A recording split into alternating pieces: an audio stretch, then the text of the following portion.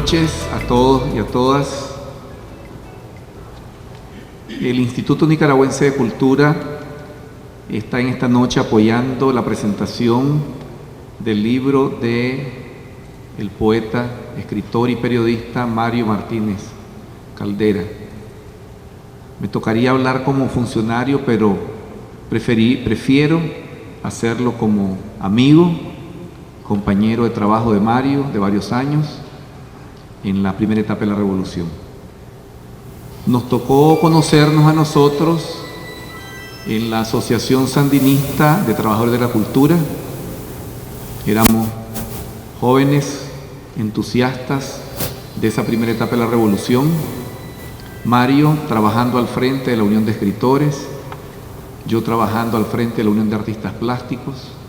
Aquí está Donaldo Aguirre también trabajando con la Unión de Músicos, Salvador trabajando con la Unión de Teatristas, y solo falta Rosario aquí, que es la que nos dirigía. A falta Yadira de la Unión de Artistas de la Danza.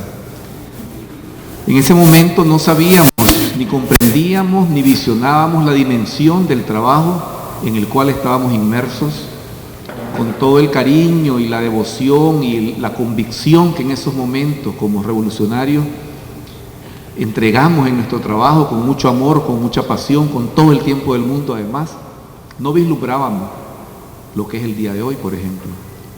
No sabíamos que íbamos a ocupar algunos de nosotros cargos importantes, unos más o menos, unos más arriba, otros más abajo, pero todos trabajando para el desarrollo de la cultura nicaragüense.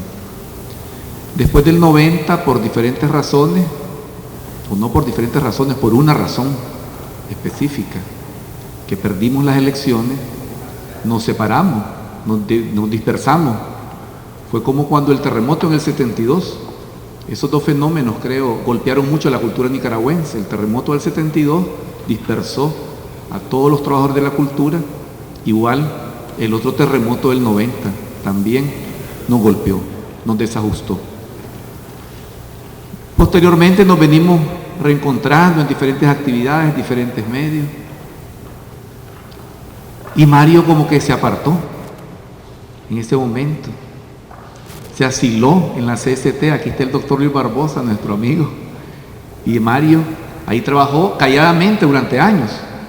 Nos encontrábamos y nos saludábamos con afecto y cariño, pero cada quien estaba haciendo su trabajo. Como dirían otros poetas de algún momento, estábamos acumulando fuerzas en silencio para estos nuevos momentos, para estas nuevas batallas y para estas nuevas victorias. Y hoy con mucho gusto me place darles la bienvenida en este emblemático salón del Teatro Rubén Darío para asistir a la presentación de este libro de cuentos de Mario. Todos en Nicaragua somos poetas, hasta que se diga lo contrario, pero narradores no. Entonces cuando se presenta la obra de un narrador, es doble fiesta para la literatura y la cultura nicaragüense.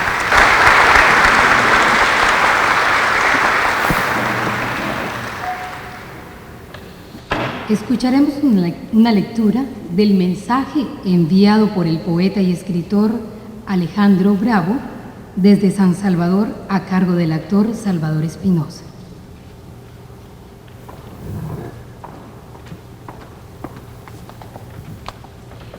Buenas noches. Hoy que Mario me pidió en la mañana leer este texto, este material precioso de El Negro Bravo, el poeta Bravo, pues no lo dudé dos veces, no lo dudé. Por una razón fundamental, ya lo mencionaba Luis. Se trataba de Mario Martínez, nuestro amigo, hermano, poeta y ahora narrador, y por tratarse del Negro Bravo. Mario Martínez Caldera, 1957, emerge en la literatura nicaragüense como poeta en la década de los 80. Luego emigra hacia la narrativa y se instala cómodamente en la barriada de los cuentos cortos. Confesiones de un murciélago, el libro que hoy nos convoca, es su ópera prima. Con ese libro Mario declara públicamente que se le puede ubicar en el Harlem del cuento corto, en la parte negra del barrio. El libro se inaugura con el cuento que le da nombre a la colección de 8 que lo integran, El murciélago. Los cuentos de Mario juegan con la sensibilidad humana, ponen al lector ante la difícil disyuntiva de simpatizar o no con el personaje principal, que está transgrediendo reglas, deslizándose por el lado oscuro de la mente y siempre deja incógnitas, ventanas abiertas donde la mente del lector puede filtrarse y encontrarle a la historia otro final, además contado por el autor. El murciélago tiene 2 personajes: la chica que entabla relación con el quiróptero y el mamífero alado mismo. El cuento explota la soledad que experimentamos en estas abigarradas sociedades. Mientras más grandes las ciudades y más complejas son las sociedades humanas, más solo estamos, y como producto de ello se produce entonces la comunicación fluida entre las 2 especies del cuento. Finalmente la chica, como la niña de Guatemala, murió de amor. Sublime muerte, diría un poeta romántico. Idiota forma de morir, diría un periodista de nota roja. Todo tiene varias aristas. De ellas sabemos su fin, pero ¿qué fue del murciélago? Siguió una carrera de don Juan homicida. Volvió su baticueva como su batifamilia. Se volvió un ermitaño atormentado por los recuerdos. Eso, querido lector, te lo deja Mario Martínez a tus elucubraciones. Variados son los temas que toca Martínez Caldera en sus cuentos, y se nota la influencia de otros autores nacionales. Y le hace sentir al personaje que él es su tabla de salvación. Devánense los sesos pensando, queridos lectores, algún nuevo cuento puede salir de la fórmula que ustedes imaginen para resolver el caso. Mató a la solterona a la hermana joven y luego se suicidó. Las mató a ambas al despechado policía. El chicle es una narración surreal. Con maestría describe cómo se masca chicle.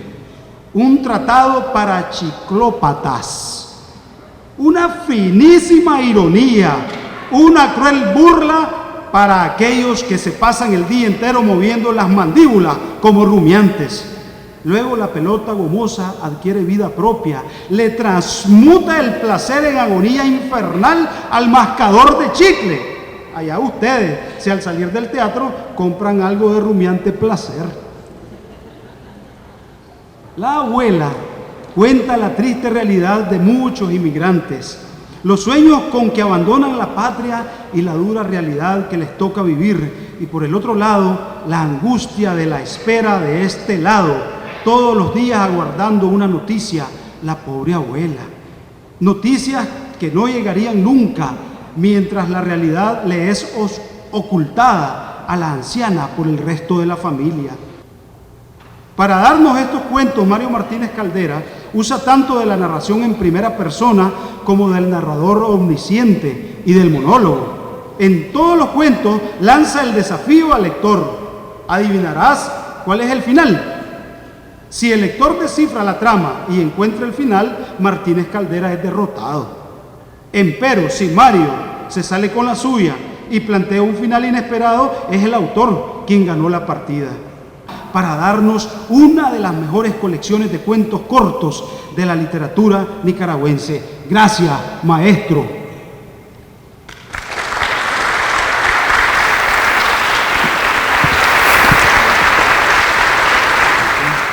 Bueno, yo me llevé una gran sorpresa también porque yo conozco a Mario más o menos hace 20 años.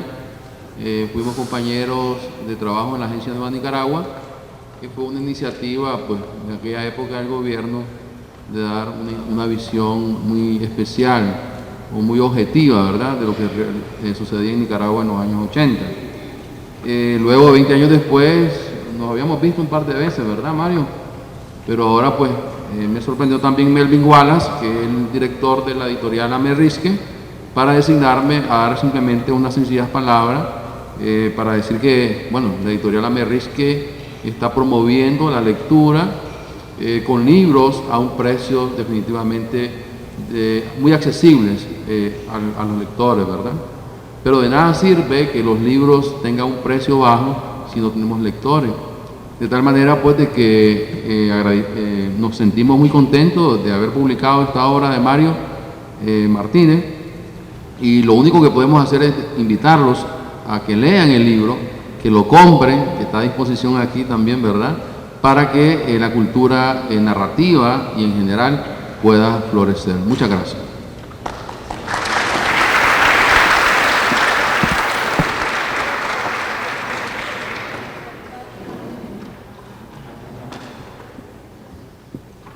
Recibiremos el comentario literario del poeta, ensayista y narrador Anastasio Lobo.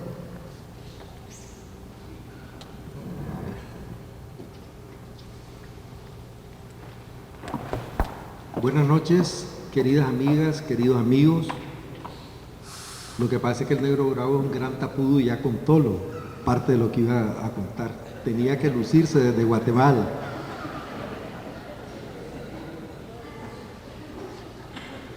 La poética de la irrupción en Confesiones de un murciélago, de Mario Martínez Caldera. Mario Martínez Caldera, Managua 1957, con Confesiones de un murciélago, Amerrisque, Managua 2011, nos entrega su primer libro de relatos y la tercera de sus obras publicadas. Los dos libros anteriores se titulan La conspiración silenciosa, 1981, y Los ritos ocultos, 1987, y pertenecen al género poesía. En su poesía, Mario se nos reveló como un poeta prolijo, irónico y rebelde, que lograba entregarnos el amor, la política y la cotidianeidad como unas catástrofes, al mismo tiempo que hacía de estas catástrofes una cotidianeidad poética. Nada raro para los nicaragüenses, al menos es lo que mi memoria, a esta altura del Alzheimer, traiciona a esos bellos textos de Mario. Pero en esta época posmoderna, y ya desde el romanticismo a finales del siglo XVIII, estas fronteras genéricas están muy desleídas, por lo cual los críticos, más que géneros, debemos enfrentar fenómenos de escritura.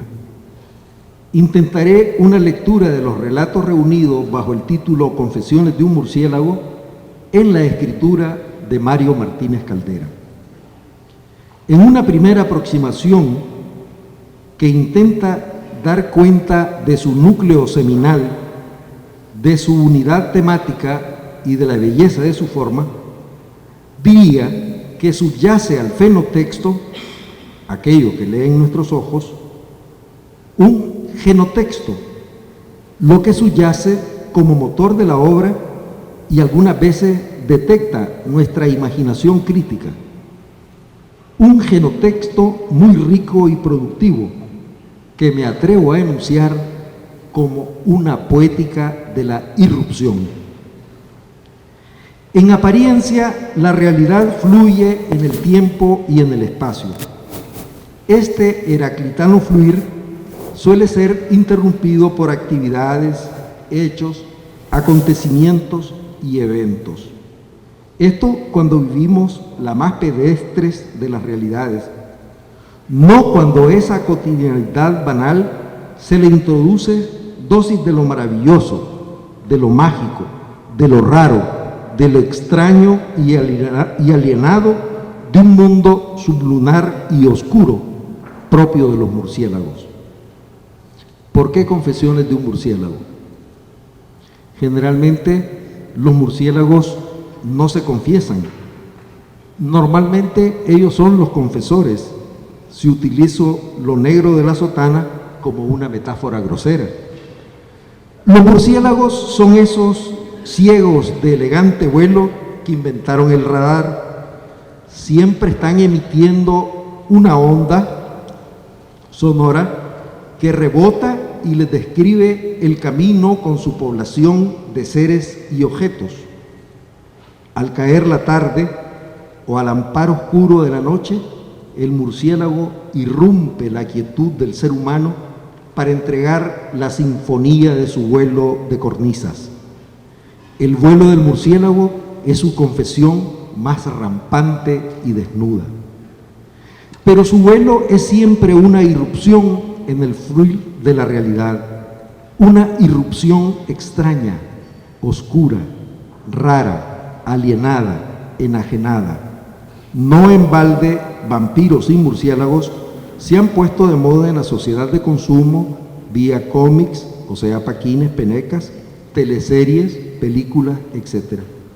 Supongo que los humanos somos seres más raros que los murciélagos y que inclusive más raros y crueles que algunos vampiros, e igual que ellos debemos imantar su atención. Martínez Caldera crea la atmósfera de sus relatos con una prosa limpia, casi impecable, que describe el fluir de la vida de sus personajes que serán sometidos a una irrupción rara, extraña, anormal, misteriosa, mágica y trascendente. Esta maravillosa poética de la irrupción se cumple a cabalidad casi en todos los relatos de confesiones de un murciélago. Así, por ejemplo, en el cuento inicial intitulado El murciélago, irrumpe el mundo de lo raro, de lo oscuro perverso en la cotidianidad de las noches de una mujer trabajadora para fundar un tiempo y un espacio particularmente eróticos y distintos. Esto puede conceptuarse como la irrupción de la naturaleza animal, el murciélago, en la humanidad cultural de una mujer a través del amor. Un amor auténtico, verdadero, apasionado, enajenante, que como todos estos tipos de amores van a dar el traste con la vida de quienes viven esta alienación erótica. Pero como ficha de dominó en este juego de los relatos de Martínez Caldera, cae el segundo cuento que lleva por título Carta de un condenado. Aquí nos instalamos en el fenómeno confeso del hecho que nuestro hablante está haciendo escritura. Es a través de una carta que alguien, el relator, confiesa el crimen de haber suprimido al objeto ser amado, llamado Alicia, por la sencilla e insoportable levedad de amar. Es la irrupción de una oscura verdad. La irrupción ocurre por la confesión de un condenado hecha por alguien que se siente enajenado por el amor, pero lejos de sentirse culpable o inocente, en un mundo legal donde la sospecha de culpabilidad o la presunción de inocencia son el fluir en ese orden jurídico que supuestamente sanciona a los crímenes y a los criminales. Y en el orden jurídico también la palabra escrita posee un valor de prueba mayor que las voces que se lleva el viento. Además, el poder en nuestras culturas humanas ha segregado todo un etos a través del control y ejercicio de la escritura. Más que burócratas, hay escriptócratas que siempre condenan al roba gallinas y absuelven al quiebrabancos o al defraudafiscos. Sin salir del ámbito de la escritura y entrando al de la crónica periodística, llegamos a las puertas del tercer cuento, que se nos abre con el título de Las notas irresponsables. Título irónico, por cierto, que dan cuenta de la responsabilidad de unos escritos que, plenos de iconoclastia, deciden cuestionar el cemento ideológico provisto por un prócer desde su panteón u Olimpo. Entramos aquí en el terreno de la irrupción en el fluir ideológico de la vida patriótica de una comunidad nacional. Se produce la irrupción en los valores ideológicos que sustentan el status quo de una sociedad. El escritor intenta el derribamiento de los ídolos consagrados e inciensados, como don Pablo Macera. También trata del trágico ejercicio de la crítica como principio de libertad política y libertad creadora en una sociedad cementada en sus valores ideológicos. Por supuesto que el poder del status quo tiene las armas, herramientas y útiles necesarios para reprimir e intentar restablecer el fluido normal de la ideología, dejando al escritor crítico con la imbatible esperanza que la demolición empezó y que su obra revolucionaria algún día conquistará el corazón de las masas, oh iluso. En el cuarto cuento, titulado Las hermanas Statagen, el autor entrega a sus lectores la atmósfera propia de los relatos de misterio. Es el fluir de una comisaría, de un pueblo tranquilo que se asombra frente al asesinato de dos hermanas en la vida de un detective. De nuevo, la sospecha de culpabilidad irrumpe en la vida del investigador, cuya normalidad es ser investigador, nunca investigado, y mucho menos ser investigado por él mismo. Y aquí radica la belleza del relato, en esa posibilidad de metacrítica o de autopesquisa. En una de ellas el investigador puede ser el culpable, o en las tres, no sé. La grabación es el relato número 5. Irrumpe de nuevo la voz sobre el fluir de la escritura, pero no la voz que se lleva el viento, sino aquella registrada en una cinta para dar testimonio que el desamor irrumpió en el amor, que el abandono irrumpió en una compañía que se creía cierta y duradera. La verdad aflora en un mundo de mentiras. Se revela un secreto a viva voz, la crudelísima verdad del cansancio, el tedio y la irrupción de la libertad para ir en búsqueda de la autenticidad, negarse a seguir mintiendo. Se sugiere la revelación de un secreto atroz, banal o trascendente, como es el amor, la irrupción del amor, la luz del amor en la oscuridad y la pérdida de éste. El relato aquí se carga de una densidad poética tal que colinda con la poesía en prosa, eso que en Nicaragua solemos llamar el prosema. La voz de la poesía irrumpiendo en los sintagmas y la metonimia del relato. En el cuento El Chicle, Martínez Caldera logra convertir el fluir normal de mascar chicle en un problema patafísico de rebelión de las cosas. En el coloquio de los centauros nos había advertido Rubén Darío que, cito, las cosas tienen un ser vital. Ese ser vital las hace misteriosas, cifradas, enigmáticas, incógnitas, y según el relator de Confesiones de un murciélago, pueden entrar en rebeldía hasta desgajarle los dientes a un mascachicle y amenazarlo con quitarle la vida. Es la irrupción del ente en la cotidianeidad del ser, la rebelión de las cosas ante tamaña enajenación humana, eso que fue captado por Joaquín Pasos en su espléndido Canto de Guerra de las Cosas. Lo entrega ahora Mario, condensado en este relato. Chiva con los chicles. Voy a tomar un poquito de agua.